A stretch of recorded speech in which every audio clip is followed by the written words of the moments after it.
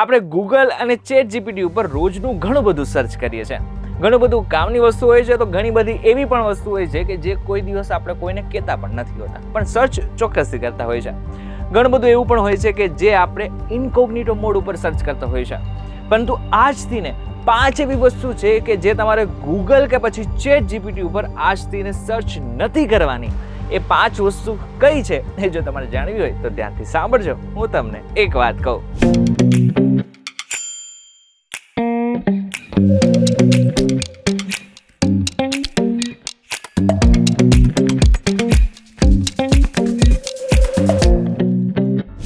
એક વખત આપનું સ્વાગત છે અને હું છું આપનો દોસ્ત કરણ ચરોતરા. હવે 5 વસ્તુમાંથી સૌથી પહેલી વસ્તુ છે અને એ છે કે એવી વસ્તુ તમારે ક્યારેય સર્ચ નથી કરવાની કે જે તમને સીધા જેલ ભેગા કરી નાખે. હવે અમુક લોકોને એવી ટેવ હોય છે કે એ લોકો માત્ર મનોરંજન માટે કંઈ પણ સર્ચ કરતા હોય છે.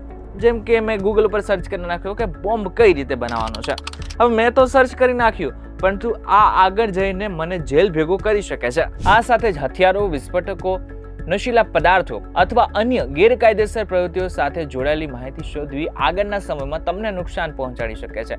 હવે ઘણા લોકોને એવું લાગે છે કે ઇનકોગ્નિટો મોડ ચાલુ કરી દો ને પછી કોને ક્યાં ખબર પડે છે, પરંતુ હકીકતમાં ઇનકોગ્નિટો મોડ ફક્ત તમારા બ્રાઉઝિંગ હિસ્ટ્રીને લોકલ ડિવાઇસ પરથી સેવ થવાથી રોકે છે. ઇન્ટરનેટ સર્વિસ પ્રોવાઇડર, વેબસાઇટ અથવા કાયદા અમલવારી એજન્સીઓ માટે તે કોઈ જાદુઈ ઢાલ છે જ નહીં. હવે તમે એકાદ વખત આવું બધું સર્ચ કરી લો તો તમને કોઈ જેલ નથી થઈ જવાની, પરંતુ જો તમે વારંવાર સર્ચ કરો છો એ પછી ભલે તમે ઇનકોગ્નિટો મોડની અંદર સર્ચ કરતા હોય, પરંતુ એ તમને આગળ જઈને નુકસાન ચોક્કસથી પહોંચાડી શકે છે અને આગળના સમયમાં તમે જેલ ભેગા પણ થઈ શકો છો. એટલા માટે થઈને આ વસ્તુ હંમેશા યાદ રાખવાની છે કે જે રેડ ફ્લેગ શબ્દો છે ને અમુક વસ્તુઓ કે જે આપણે સામાન્ય ભાષામાં સામાન્ય રીતે સર્ચ નથી કરતા હોતા, એ વસ્તુ સર્ચ નથી કરવાની. બીજું છે ચેટ જીપીટીને ડોક્ટર સમજીને બધું નથી પૂછવાનું. હવે મને માથું દુખ્યું તો પૂછી લીધું કે શા માટે થઈને મને માથું દુખે છે. પેટમાં દુખ્યું તો પૂછી લીધું. કઈ પણ એવી કઈ મેડિકલ કન્ડિશન આવી જાય કે જ્યાં નાની મોટી એવી કઈ પણ તકલીફ થાય ને તો આપણે ડાયરેક્ટ ચેટ જીપીટીને પૂછી લઈએ છીએ કે આ મને શું થઈ રહ્યું છે. હવે ચેટ જીપીટી એ પ્રકારનું મશીન છે, એઆઈ મશીન છે. એ તમને શારીરિક રીતે નથી ઓળખતું, એ તમને માનસિક રીતે કદાચ ઓળખી શકે છે, પરંતુ શારીરિક રીતે તમારા શરીરની અંદર શું શું ચાલી રહ્યું છે એ એને બિલકુલ નથી ખબર. એ ડોક્ટર તમારો છે જ નહીં. હવે ઘણા બધા લોકોને એવી ટેવ હોય છે કે એક વખત કંઈ સર્ચ કરી લીધું અને એના પરથી ક્યાંકથી મેડિકલ સ્ટોરમાંથી દવા લઈ લીધી અને જો સારું થઈ ગયું તો સતત એના ઉપર રિલે થઈ જાય છે. એટલે કે સતત કંઈ પણ થાય ને એટલે ડાયરેક્ટ ચેટ જીપીટીને પૂછી લે છે.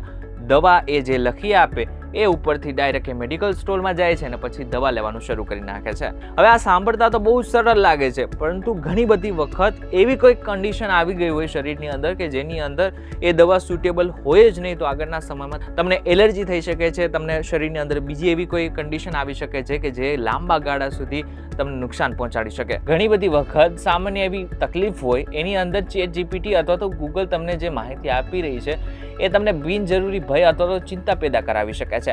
મેડિકલ જગતમાં અસ્તિત્વને સાયબરકોન્ટ્રિયા કહેવામાં આવે છે. વ્યક્તિને એવું લાગે છે કે મને કોઈ ગંભીર બીમારી છે અને મને હવે કંઈક થઈ જશે અથવા તો આગળના સમયમાં મારું મૃત્યુ થશે. આવું બધું કદાચ એને થવા લાગે છે અને આગળના સમયમાં એ વ્યક્તિ ડિપ્રેશન સુધી પણ પહોંચી શકે છે. એટલા માટે થઈને હંમેશા યાદ રાખો કે ચેટ જીપીટીને ડોક્ટર નથી માનવાનું. ત્રીજું અને સૌથી મહત્વનું, ચેટ જીપીટી અથવા તો એઆઈ ની અંદર સંવેદનશીલ જે માહિતી છે, સેન્સિટિવ જે માહિતી છે એને શેર નથી કરવાની. હવે મને કઈ બેંક સંબંધિત કોઈ પણ પ્રકારની પ્રોબ્લેમ આવી અને મને એવું થયું કે લાવને ચેટ જીપીટીને પૂછી લઉં અને સોલ્યુશન આનું કાઢી લઉં, અને મેં બેંકની ડિટેલથી લઈને બધી વસ્તુ ચેટ જીપીટીની અંદર નાખી દીધી.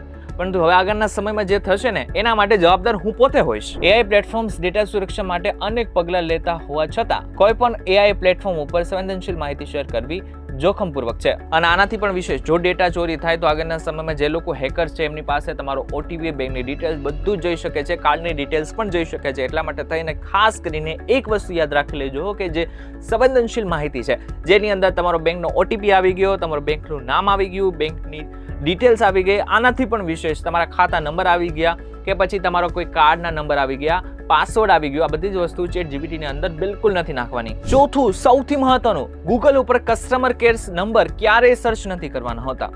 હવે ઘણા બધા લોકોને શું હોય છે કે ભાઈ કંઈક જરૂર પડી, મને ફોર એક્ઝામ્પલ કોઈ એક બેંકનું નામ છે એસબીઆઈ, હવે એસબીઆઈના કસ્ટમર કેરના નંબર મારે જાણવા છે, તો હું શું કરું છું, ગૂગલ ઉપર સિમ્પલી સર્ચ કરું છું SBI કસ્ટમર કેર નંબર.